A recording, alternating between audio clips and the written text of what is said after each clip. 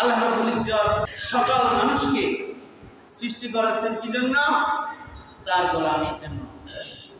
সকল মানুষকে তিনি পবিত্র রাখতে চান।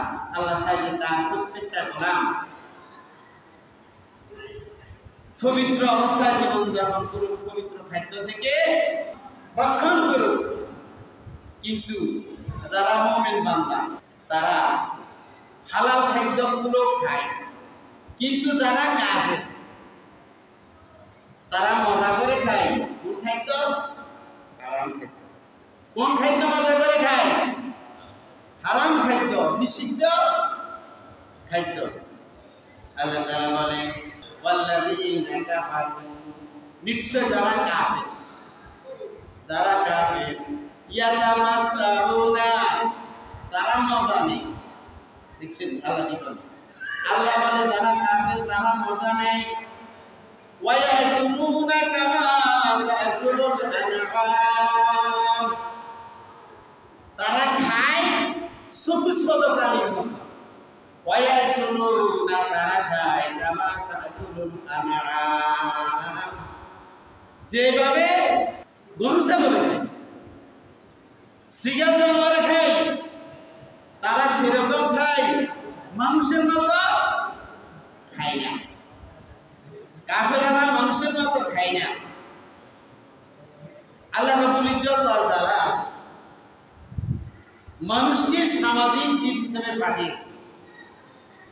পুরো মাখলুকের উপরে যাকে সম্মানিত করেছেন, তাদের তার দেহ সৌষ্ঠবকে আলাদা করেছেন, বৈচিত্র্যময় করেছেন, সৌন্দর্য মণ্ডিত করেছেন। এই জন্য তার প্রত্যেকটা কাজ কর্ম হবে সৌন্দর্যমণ্ডিত। তার প্রত্যেকটা কাজে থাকবে শিষ্টাচার, তার প্রত্যেকটা কর্মে থাকবে ভদ্রতা, তার প্রত্যেকটা কর্মে থাকবে আদর্শ। কারণ সে তো কি নয়, চতুষ্পদ প্রাণী নয়। আল্লাহ বলেন কাফেররা খায় কিসের মতো? চতুষ্পদ প্রাণীর মতো, গরু ছাগলের মতো। আর এদের ঠিকানা হবে জাহান্নাম। যারা চতুষ্পদ প্রাণীর মতন জীবন যাপন করে, যাদের চলা বলা খাওয়া পড়ার মধ্যে কোনো আদর্শ নেই, পশুত্ব থেকে ভিন্নতা নাই, পশুত্বের সাথে বরাবর একাকার হয়ে গিয়েছে, তাদের ঠিকানা হবে জাহান্নাম। দয়ার নবী, মায়ার নবী, উম্মতের কান্ডারি নবী মুহাম্মদ রাসূলুল্লাহ সাল্লাল্লাহু আলাইহি ওয়াসাল্লাম, তিনি আমাদের জন্য মডেল, তিনি আমাদের জন্য আদর্শ, তিনি আমাদের জন্য পথ প্রদর্শক, তিনি আমাদের জন্য শিক্ষক। মুহাম্মদ রাসূলুল্লাহ সাল্লাল্লাহু আলাইহি ওয়াসাল্লাম একজন মানুষের চলা কেমন হবে, একজন মানুষের বলা কেমন হবে, একজন মানুষের খাওয়া কেমন হবে, মানুষের পড়া কেমন হবে, মানুষের ঘুম কেমন হবে, মানুষের জাগ্রত হওয়া কেমন হবে, মানুষের পায়খানা কেমন হবে, মানুষের প্রস্রাব কিভাবে করতে হবে, এমন কোনো দিক নেই মানব জীবনের যে দিক মুহাম্মদ রাসূলুল্লাহ সাল্লাল্লাহু আলাইহি ওয়াসাল্লাম আমাদেরকে শিখান। আমার আপনার মানব মণ্ডলীর জীবনের যত কাজ আছে, প্রত্যেকটা কাজের মধ্যে আদর্শ আছে, ভদ্রতা আছে, নৈপুণ্যতা আছে, শিষ্টাচার আছে, সামাজিকতা আছে। মুহাম্মদ সাল্লাল্লাহু আলাইহি ওয়াসাল্লাম সব কিছু আমাদেরকে শিখিয়ে গিয়েছে। কাফেররা এটা নিয়ে টিপ্পনি কাটে যে মুহাম্মদ সাল্লাল্লাহু আলাইহি ওয়াসাল্লামের গোপন স্ত্রীর সাথে কিভাবে মেলামেশা করে, তার দাম্পত্য জীবন কিভাবে অতিবাহিত, সেটা পর্যন্ত প্রকাশ করে দিচ্ছে। কিভাবে পায়খানা করবে, কিভাবে প্রস্রাব করবে, সেটা পর্যন্ত বলে দিছে। এটা কেমন কথা?